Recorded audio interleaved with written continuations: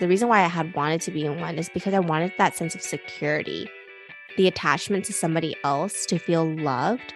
I think the reason why I want that is because growing up, I didn't feel the most loved.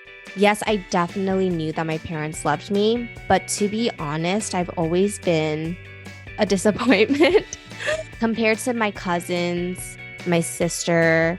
I'm just not the brightest. And then in an Asian household, you're praised for trophies and awards that you're given. I was constantly scoring B's. I was a very regular student. That fear of being 抛弃, I think that also dips into why I'm like not willing to commit myself to another person so much, because I'm also worried that if I give myself too much, I'm also going to be 抛弃. Hi everyone, welcome to 北腔南调, aka Cultural Collision. I'm Melody. I'm Victoria. And today we'll be talking about how to deal with fear and anxiety. Anxiety is the most common mental disorder in the US, affecting over 40 million adults today. And out of this, a majority is actually females. And so today we wanted to open up the conversation and talk about the fears and anxieties that we may be having, the steps that we take in order to get over this fear, and why these fears happen in the first place. I want to share with everybody some statistics about anxiety. So when you ever feel anxiety, you are not alone. So it is estimated that 264 million adults around the globe have anxiety. Of these adults, 179 million were female, which is 60%, and 30% were male. The prevalence of all mental disorders increased by 50% between 1990 and 2013. So the different topics that may spark fear or anxiety could range from anywhere from jobs and finances to your relationship to, your health status, health and beauty. Anything could really allow anybody to feel a sense of fear and anxiety. And this really affects people's relationships with work, school performance, job performance, and just relationship overall in their day-to-day habits and behaviors. So, Vic, has there been a time where you felt fear or anxiety? And is that something that you still feel today? Yeah, I used to feel fear and anxiety. I can't say all the time, but I remember the last time I feel about anxiety about a job, especially recently, we know like the big companies layoffs, right? Especially in the tech industry, and we're both in the tech industry. So back in 2015, I was laid off. I was working in a startup tech company, and I'm actually the first Chinese staff in this company. So I basically help the founders start the company, hire engineers, hire HR, hire interns, rent an office, and decorate the office. So I'm the first group of the people who were laid out, because I had a really good relationship with co-founders. And when they told me this, I feel so sad. I'm so anxious about my future. Because, like that's my second job after I graduated and I was laid off. I don't know what I'm going to do. I feel what I do, I know a lot of stuff. I can handle a lot of stuff, but I don't have the expert, I'm not good at any of just one specific things. But for now, thinking back, I think that teach me to be dedicated just into one area. I think this is a really good story to share right now, especially with, as Vic said earlier, layoffs are coming as digital advertisers are cutting on spending and rising inflation curbs consumer spending. So we've seen in the news lately, Facebook has cut 13% of its workforce, which is 11,000 people that it's impacting.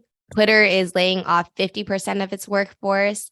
Other tech companies, for example, Coinbase, Stripe, Lyft, among several, are just cutting back on 10 to 30% of its workforce. Yeah, as Vic said, we currently also work in the tech industry. And so this is definitely a concern that I might have as well, because you never know what's going to happen.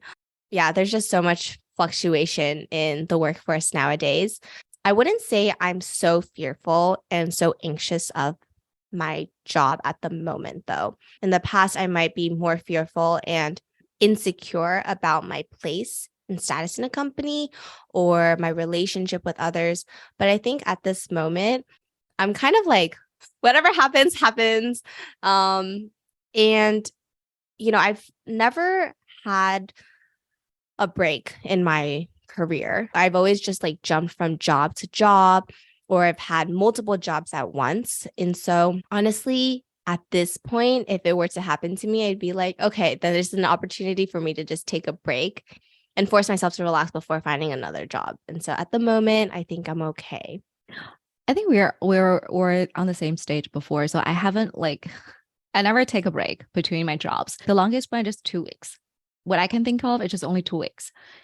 Even though like I was like brought and raised in Beijing, I am not like so anxious about my like 五险一金. Because when you have a job, there's no company to pay you 五险一金. But in future, if you want to go to see a doctor, you want to buy a house, you want to buy a car, you need to have like consecutive pay the 五险一金 in 5 years. I don't have that burden in me, but even though like I still feel like anxious if I don't have a job. I don't know where is my future gonna be. I don't know like what am I gonna do in the next job and where's what am I gonna do? Like I just feel anxious before, but now I feel like the same as Melody said. If I don't have a job right now, I will take it as a sign to take a break, to enjoy my life, and then go back to job hunting. I know there is a layoff all over the world, and also the economy is not good. I think it's a good opportunity for all of us to take a pause and to really reflect on our life, what we are really looking for. There's no reason to be panic. And we're at a really good stage of our life and just enjoy every day.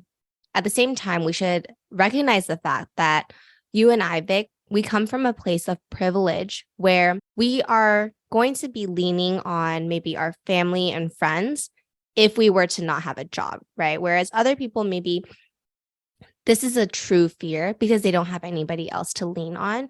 So I want to also share that the reason why we are not fearful is because we recognize that we are in a place of privilege to be able to lean on people around us. There's no one that can invalidate the type of fear or anxiety that you're feeling because those are your feelings. And that's the situation that you're being placed in at that moment. And other than jobs, there's other things can make you feel fear and anxiety. So anything you can think of, Mel? So something that I'm fearful of or anxious about, though it doesn't completely overwhelm me, is the fact that I might not be able to buy a house ever.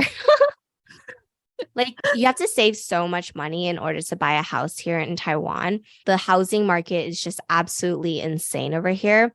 So if I wanted to get a place in Taipei, a place that is 50 ping, which equals around 160 square meters or 1,440 square feet in the US, this would cost around 3 million USD, which is crazy because this is a little apartment we're talking about, as opposed to, a whole house that you might be getting in California.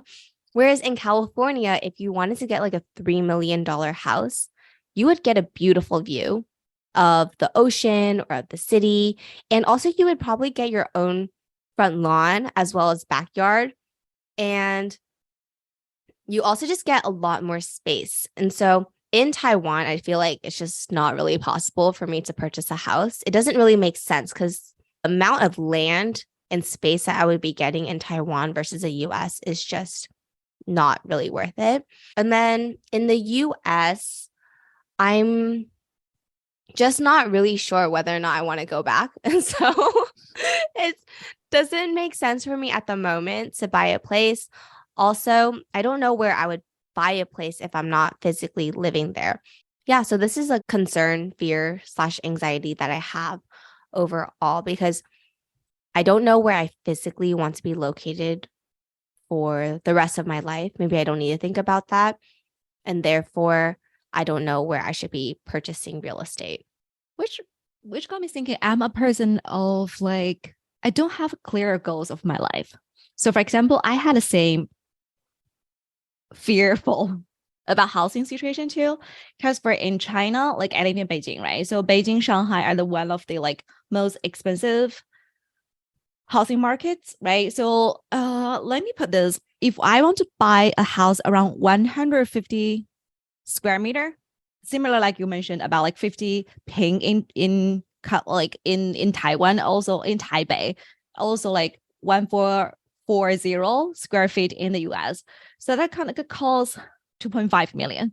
There is no way you can buy an apartment like that just doing your job. If you are not entrepreneur, you're not like making a huge amount of money, you can't buy a house.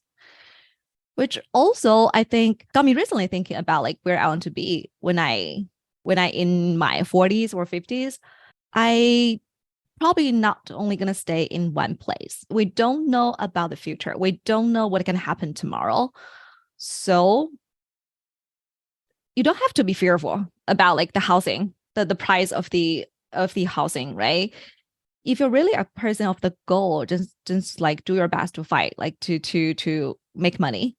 But if you're not, I think especially in Japan, right? People are really living, especially like the younger generation in Japan, or our age, the people in Japan, they just like living in renting apartment.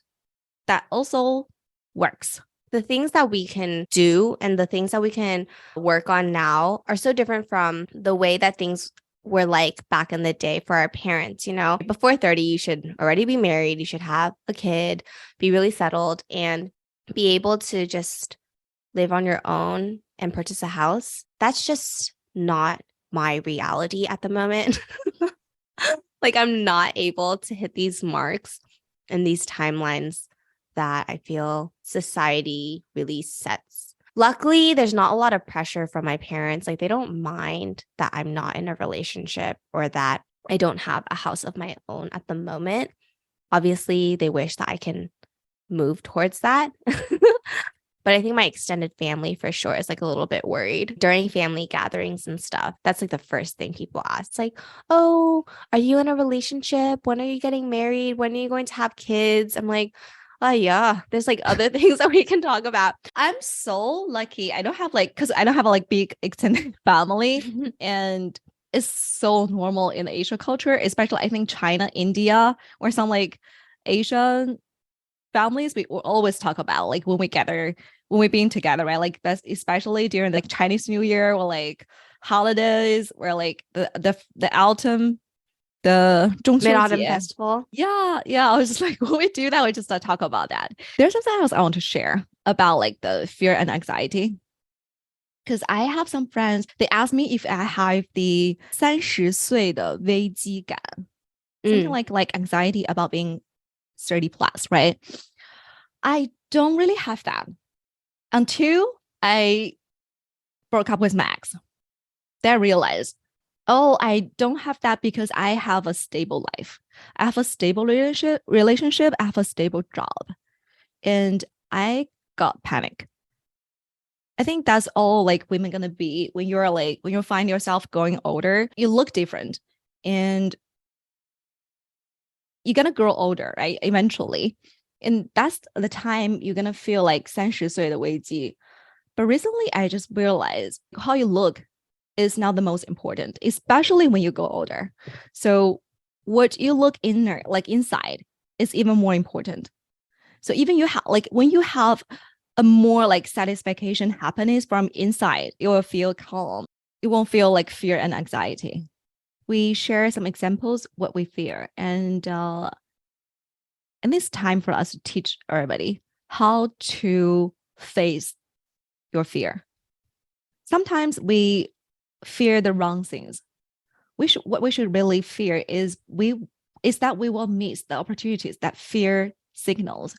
Everything happening in your life is a good thing. Depends on how you take it, right? So how we should use the fear to get best of us.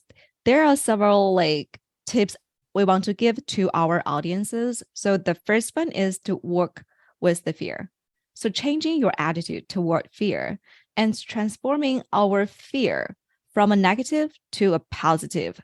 Accept your fear. Don't run away from your fear and just face it and find your fear pattern and find out what caused the fear and also trying to cure the fear. And also when you feel panic, right? I think we both having panic before and how we deal with that, how we calm down. And there is like that's a step we can try to use your brains to realign your body and mind. You need to figure out what are you really fear about and face the reality and how you're going to change your behavior to other people, right? Because in this world, so many people love you and you also need to love yourself first. Find your fear. I think that's like how people deal with their fear and anxiety. You need to find what caused your fear. Do you ever feel you're going to be single forever? Relationship wise, being single forever was definitely something that I feared of in the past because, having a best friend that you're able to spend the rest of your life with, or at least a long period of time with, is very, very special. And I think I'm quite a picky person. I always say that I just want somebody who's nice, respectful, who just treats me well. But then When it there's so comes, many. yeah, when it comes, Yeah. like this is now the right person. And we're also looking for the right one. And we don't know if there is a right one. Yeah. So Yeah. don't know. And so you never know if you're like letting go of somebody who you should have been with. Honestly, for me, I don't believe in destiny. I believe that you are in charge of your own destiny, though. You can make that decision, but I don't believe that there's already a set path that was created for each individual person. Whatever decision you're making, that's going to impact your future. So you might be passing by somebody that you could have been with and you wouldn't know because you made that decision to not be with that person at that moment. So I've come to realize that I'm really not able to give myself, my full self to somebody if I'm not feeling it. I've needed to come to terms with the fact that I might be single forever. But this is a decision that I'm making because I would not be able to live with myself to be with somebody who I don't truly feel 100% with. I don't think it's fair for me, and I don't think it's fair for the other person. So we can walk through the steps that Vic talked about earlier, starting off with working with that fear, changing your attitude towards fear and transforming your fear from a negative to a positive experience.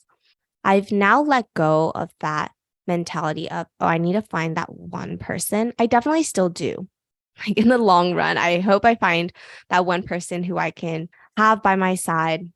But for now, I've transformed my thought to not be so obsessed with that thought of just finding that one person, but just surrounding myself with people who I feel genuinely care about me, who I feel are trustworthy, and then accepting the fact that I might be single forever, but not thinking about it as something negative.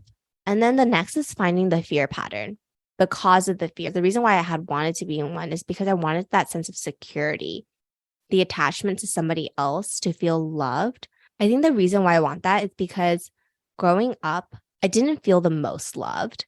Yes, I definitely knew that my parents loved me, but to be honest, I've always been a disappointment compared to my cousins, my sister.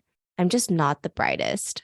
And then in an Asian household, you're praised for trophies and awards that you're given. I was constantly scoring B's. I was a very regular student. That fear of being 抛弃, I think that also dips into why I'm like not willing to commit myself to another person so much because I'm also worried that if I give myself too much, I'm also going to be 抛弃. I feel for you. I have the security, like inner security. So I'm the kind of person who give myself the security, but I also want someone, like you said, someone like truly loves me because who I am. It's not like we are not perfect. I'm a normal person. I'm not a good student. I'm a normal person. I'm not smart, just an ordinary person. I really want to find someone who loves us of who we really are. So I truly believe is just be yourself and don't pretend you are the other person. You are like, don't pretend you are like 善良的人或 pretend you are like 特别好的人. You're just being who you are. And there's going to be a person who loves you as who you are. And also, please remember, I want to share this with everybody is love cannot last. I don't believe love can last for a lifetime. The effort you make is really keeps you together. So if you ever think someone you want to give a try, just do 100%. And if it doesn't work, that's fine. That's just a life. You can't force someone to love you. It can force someone to like you. And if I think you won't regret, you won't feel abandoned if you 尽力了. So I want everyone to be like a 真诚的勇敢的. Every time you met someone, you be 勇敢的 person. Yeah. Yeah, definitely. It's so hard. But you can be brave, be strong, and find people around who can support you and just like listen to your fears and your anxiety, your worries, concerns, and you will get through it. All righty. So let's end our episode. Vic, how do you feel right now?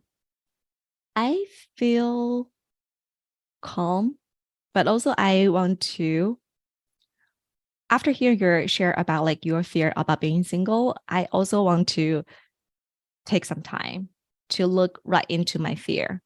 And I encourage everybody to do the same and follow the steps we shared in this episode.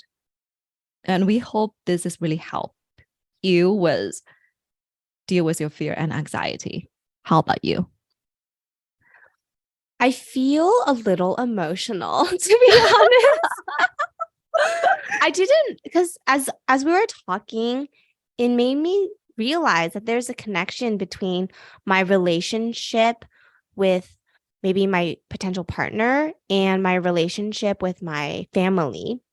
After this episode, I'm going to definitely continue reflecting because I'm really worried about like giving my all to other people and like just getting abandoned as I was saying earlier. Don't be fear of getting hurt. 心碎, heartbroken is painful. Is definitely very painful. But remember, everything will get past. So like everything will just like 所有的事情都会过去的. It will be recovered and you will be brave again. Believe in yourself. Thank you. So what are you grateful for today, Vic? I'm grateful for you sharing so personal and deep story to everybody, and which got me thinking. I hope it also got like everybody who listened to this episode really take some time and think about like how to deal with your fear. How about you? I'm grateful for this reflective session once again. Really grateful to always just like have such a great therapist by my side, listening, and grateful for the day ahead. So, what are you energized about today? So, my sister and I have been watching Love is Blind season 3, and we are on the last episode now, which is the wedding. So, really excited to watch the last episode tonight, and then probably also going to watch the reunion episode. How about you? Wow, that's pretty good. I think I'm really excited about. So, I save 1 hour of myself every day to just read a book. So I was reading about 希腊神话. I feel like so interesting. Yeah, and Greek mythology. Yeah, so it's like so interesting, and it's kind of like make me live in a different world. So I'm really excited, like energized about reading more about it. Which god are you reading about? Which god or goddess? Oh, I was reading actually the Pandora. I heard of this name. Actually, like we know there's a jewelry, right? The name after that, and I just know a little bit story of that. And I'm surprised actually the one she left in the box is hope. That's why we want to give people Pandora. Why we call this is actually the hope. So the story is about like basically there is a box left by another god, I think, and Pandora accidentally, like, because she's curious, right? So she opened the box and she frees all the pain, anxiety, all the bad things, disease to the world, to the like give it to give it to human beings. And then she got panicked and she closed the box and leave the hope inside. I think it's a sad story, right? It's pretty sad. But now people trying to give this box to the people they love is just like giving hope to others. So yeah, I love it. Yeah. I think Greek mythology is so interesting as well. And there's another book I would recommend if you have time after this one. It's called Circe. So Circe, she's an enchantress and a minor goddess who transforms all of her enemies into animals. And so Circe is known to be a bad goddess. However, when you read the story about Circe, it's one of those where they tell it from her perspective of like why she transformed into like a bad goddess. It's because she wasn't loved and she was like always abandoned as well. And so then she ended up having to become a much stronger, independent goddess to protect herself because nobody else was taking care of her. And so the way that she would protect herself is by transforming enemies into animals. So I think that's an interesting read as well, because if you read the majority of like Greek mythology, they always portray her as the antagonist. But then in this book, she is the protagonist. Yeah, that sounds interesting. Yeah. I'll read it after this one. Great. Well, thank you all so much for joining us today. Hopefully we connected on a different level. Hopefully you feel connected with us on a different type of level after listening to our fears and anxieties. And hopefully this episode also inspires you to really think about your fears and anxieties, where they come from, and how you can detach yourself from it to really tackle and overcome these worries and concerns. We have many more episodes coming out. So if you have any more topics that you're interested in hearing from us, please let us know in the comments below. And stay tuned on Wednesdays to continue chatting with us. Bye. Bye.